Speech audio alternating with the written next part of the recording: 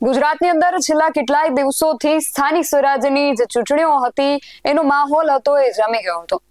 ચૂંટણી બાદ ગુજરાતભરના લોકો આતુરતાથી જેની રાહ જોઈ રહ્યા હતા કે મહાનગરપાલિકાઓની અંદર મેયર પદ કોને મળશે, જિલ્લા તાલુકા પંચાયતની અંદર પ્રમુખ પદ કોને મળશે, સ્ટેન્ડિંગ કમિટીના ચેરમેન કોણ બનશે, આ બધી જ આતુરતાનો હવે અંત આવવા જઈ રહ્યો છે.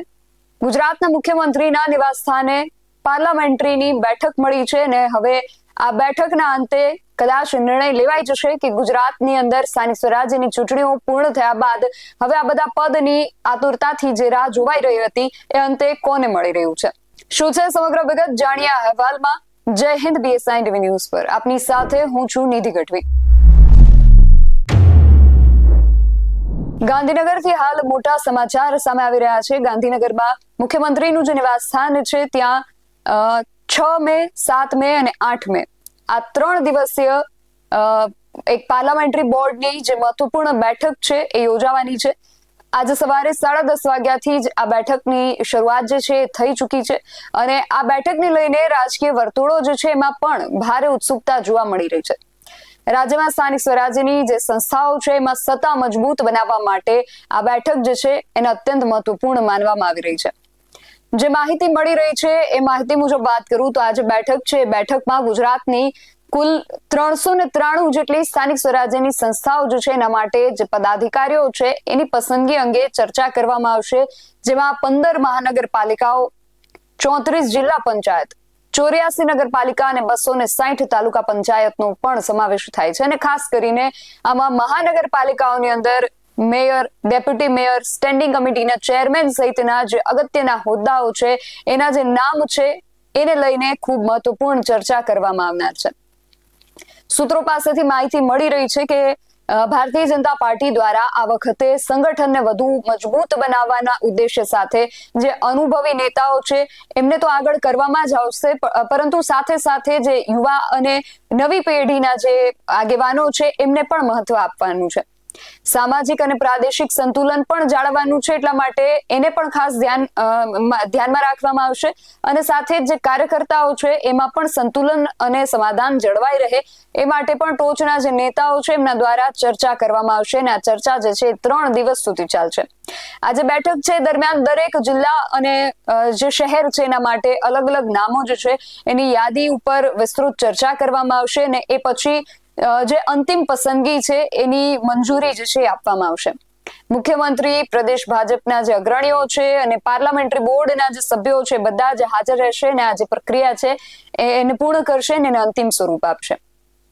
આ જે બેઠક છે એના નિર્ણયો આગામી સમયમાં સ્થાનિક રાજકારણની જે દિશા છે એને પણ નક્કી કરી શકે છે અને ભાજપના સંગઠન માટે આ જે બેઠક છે ખૂબ મહત્વપૂર્ણ માનવામાં આવી રહી છે અને ખાસ કરીને મેયર અને પંચાયત પ્રમુખોની પસંદગી પર સૌની નજર જે છે એ ટકેલી છે, કારણ કે તે આગામી રાજકીય સમીકરણો પર સીધી અસર પાડશે.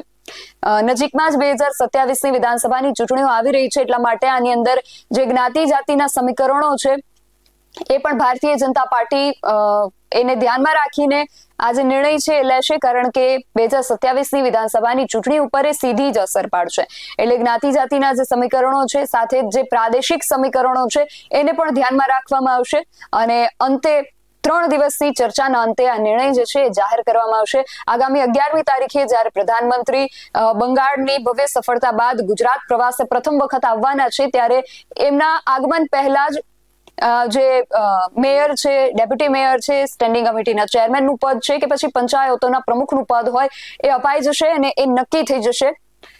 એટલા માટે સૌની નજર જે છે એના પર ટકેલી છે અને 3 દિવસ લાંબી આ ચર્ચા જે છે એ કરવામાં આવશે અને જે પાર્લામેન્ટરી બોર્ડ છે એના જે 10 સભ્યો છે એ આ બધું ચર્ચા વિચારણા જે છે, વિચાર વિમર્શ જે છે એ કરનાર છે.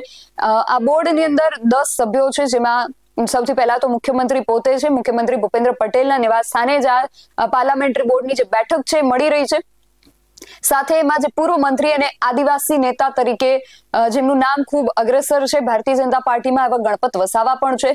નાયબ મુખ્યમંત્રી હર્ષ સંઘવી પણ આમાં સામેલ છે. પૂર્વ મંત્રી ભૂપેન્દ્રસિંહ ચુડાસમા અને પ્રદેશ પ્રમુખ જગદીશ પંચાલ પણ છે.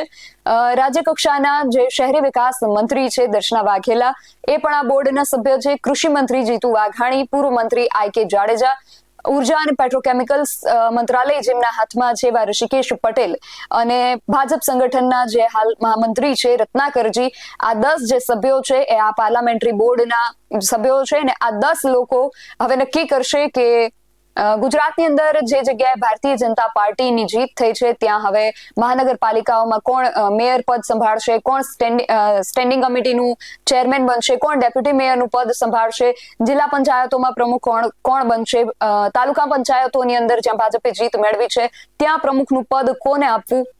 6, 7 અને 8 મે આ 3 દિવસ સુધી આ ચર્ચા વિચારણા કરવામાં આવશે. અને એવી પણ માહિતી મળી રહી છે કે કદાચ 10મી મે આજે નામોની યાદી તૈયાર કરવામાં આવશે અને જાહેર કરવામાં આવશે. એટલે 3 દિવસ ચર્ચા કરવામાં આવશે, પછી 9 તારીખે એક દિવસ ખાલી જશે અને 10મી તારીખે કદાચ નામો જે છે એ જાહેર થઈ શકે છે. એવું પણ બને કે 9 તારીખે જ કદાચ આ નામોની યાદી જે છે એને જાહેર કરી દેવામાં આવે. એટલે ટૂંકમાં પ્રધાનમંત્રીના ગુજરાત પ્રવાસની પહેલા આ નામોની યાદી જે છે એ જાહેર થવાની પ્રબળ શક્યતાઓ જે છે એ હાલ દર્શાઈ રહી છે.